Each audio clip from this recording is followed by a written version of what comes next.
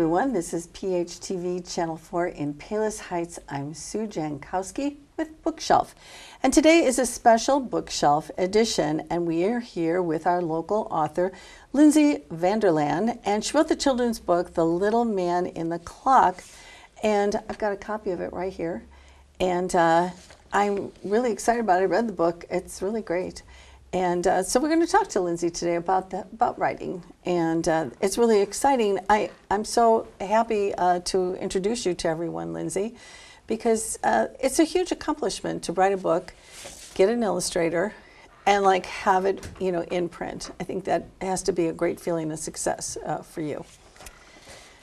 What I want to know is, there's a real message in this book. Some books are just fun or silly or whatever, but there's a true message in the book. And it's about feeling important and not feeling unimportant. Everybody wants to feel they're important in some way. How did you decide, like when you went through the writing process, did you think, I want a message about everybody's important? Or did you kind of just start writing and it kind of evolved to be that way? Like, what's the process? Sure, yeah. So it was definitely a long process. I think the general idea of the book, like the concept of the little man in a clock came to it first before kind of like the message came. But I actually started writing it when I was maybe 14. I think I was a freshman in high school, and the idea kind of just came to me almost out of nowhere. My parents had an old grandfather clock in their house, so that maybe was a little bit of the inspiration behind it. And funnily enough, it actually stopped working at one point. So, and I think it might still be broken. I'm not sure, but maybe that was a little bit of the inspiration that came to me. But yes, it was definitely a long process, like you were saying. But yeah, so you maybe got a spark of an idea. I think for me, I've had like sparks of ideas too, and I think, oh gosh, that would be a great book to write. But you have to keep that in your head, and sometimes these things are fleeting. Right. But you kept that idea in your head all these years. Now, did that 14-year-old person just remember it till as you grew older you were like, yeah, I had this story in my head? Right. So I wrote some of it. I don't remember how much, maybe about half of it when I was 14. And then it kind of just sat in the corner of my room for a while, and then I didn't come back to it until I think I was a sophomore in college, so about 20 years old. I came back to it, and I think at that point, because when I first started, I didn't even think it was going to be a book. It was kind of just this idea that I wrote down. So then I came back to it, and at that point I'm like, hey, I could probably put this into a children's book. So then I finished writing it, and then after that I found an illustrator, and now there it is. Now it is. Right? So you have this idea, you kind of started, you dropped it, and then you kind of restarted again. Is the process like, I've got it, and you've got some cute little rhymes in there, and you just keep going, or do you then set it down and 2 weeks later you're like, that's not right, and you kind of rework it? I mean, is it like that kind of a thing? Kind of, because it definitely didn't all come at once. So I would think of a few lines here and there and then like tweak them a little bit if I don't like how the wording is or whatever. But yeah, it didn't come all at once. It was kind of sporadically, and if I ever thought of something in the middle of the day, like I'd write it down on my phone or something. So it was kind of sporadic how the book was created, I guess. Yeah, I would think so. You think about people who write these very intricate long novels, it's still the same process. You have to think of the story. There is a plot. There are characters. And, did it just a little man come to mind? I mean, it was like, it wasn't a bird or, right. It was just this little man. Yeah, again, it's kind of hard to answer because I feel like this idea kind of slowly came to my mind as time went. Because it first started out with I think it first started out with a little man in the clock, and then I had no idea what like the message was going to be. And then as time went on, I think the more ideas just popped into my head, and then like the general message of the book popped into my head. But yeah, there was not really a specific like inspirational moment where I'm like, this is what this book is going to be. It kinda, yeah, right. It kind of came to me in like bits and pieces here and there. So yeah, I would think that's true. Also, with illustrations, I mean, you do have an illustrator. Megan Vandermeer is your illustrator. The illustrations are very charming. But when you're writing a book and then you have to find the illustrator, do you then think, who has like my vision? Because you wrote the book, you know what you want it to look like, you know what the little man looks like in your head. Do you have to really do a lot of collaboration, or does that illustrator, because they're an artist, do they think, no, I've got this, I know how this should look? So I found my illustrator, Megan. She went to the same college as me, Trinity Christian College, just down the road, actually.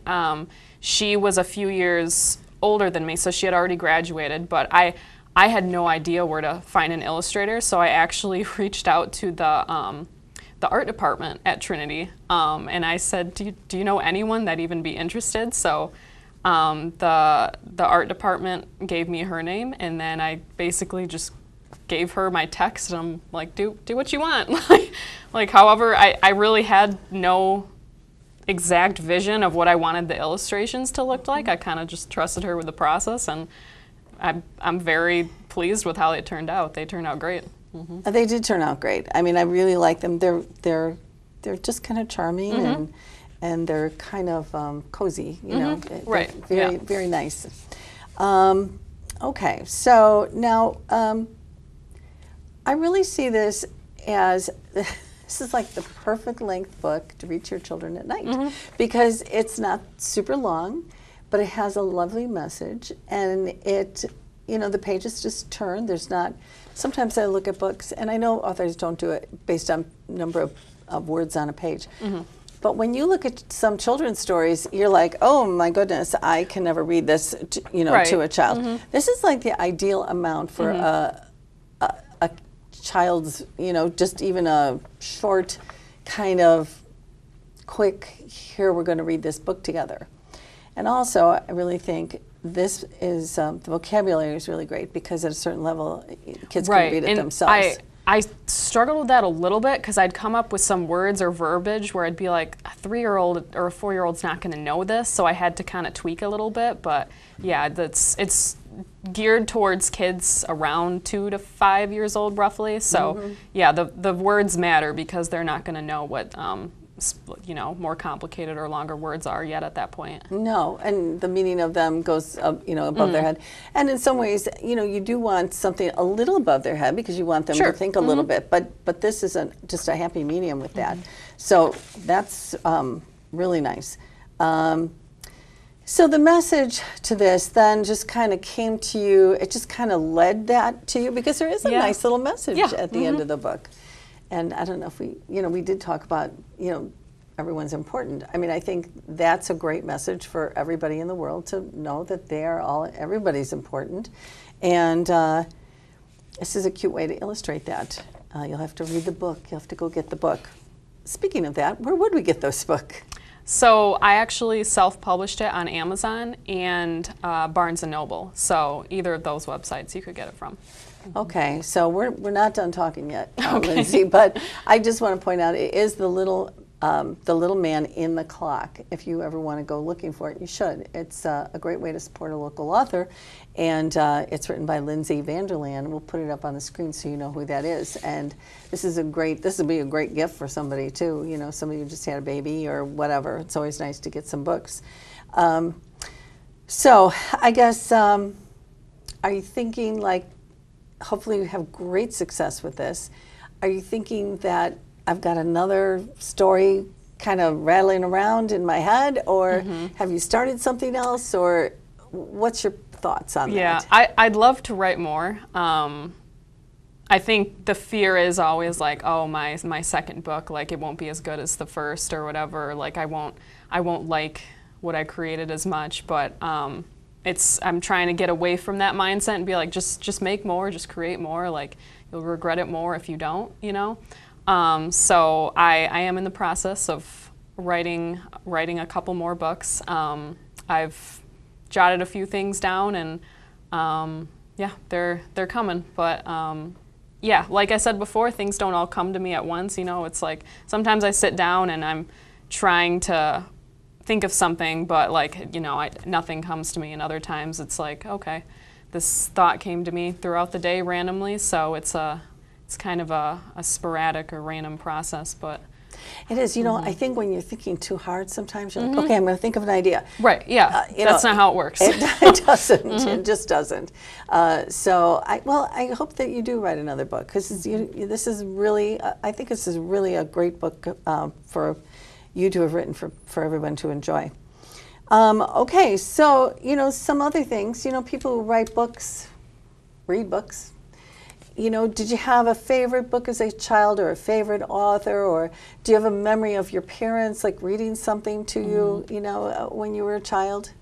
Yeah, my parents read a lot of children's books to me when I was really young, and then you know, once I could read, I read a lot of children's books too. My mom would actually write in the front cover of each book, like the initials of which kid read the book and then the date, just so she knew. Oh, wow. Yeah, she actually has a whole library in her basement. So I've got nieces and nephews, so it's like grandma's library. But isn't that cute? That's yeah, a great idea. Yeah.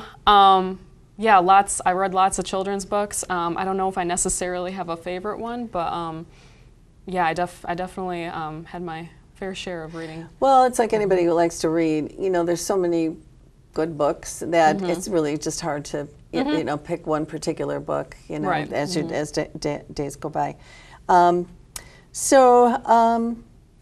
Would you ever be willing to, say, go to a library and read your book to you know, the kids in the library? Sure, yeah. Absolutely. I haven't done that yet, but that's a great idea. I'd definitely be open to that. Yeah, that seems like a really nice thing to do. Particularly, I'm just going to ask Lindsey a little bit about her. She's kind of a two-career person, and so you're a regular Palos Heights police officer right here in our town. So, I mean, here you are, a police officer, becoming an author. That seems like unexpected, really. Yeah, unconventional. Yeah. Not, you know, I'm not typical of police officers to write children's books. Not usually. I'd say, yeah. No. I'm almost thinking you in a uniform reading a book you wrote would maybe be kind of good, you know, so that kids can see, hey, you know, I can do lots of things in my life. Yeah, that'd be pretty cool. And policemen are helpers, and also they write books. Yeah. You know, yeah, I think that's a great idea. Okay, I'm thinking about that for you, Lindsey. We'll have to get you over to the library. Okay, so you kind of got a dual career. Did your parents think, oh my goodness, I thought she would be an author, and now she's a police officer? I mean, you know. I don't think they expected either of those.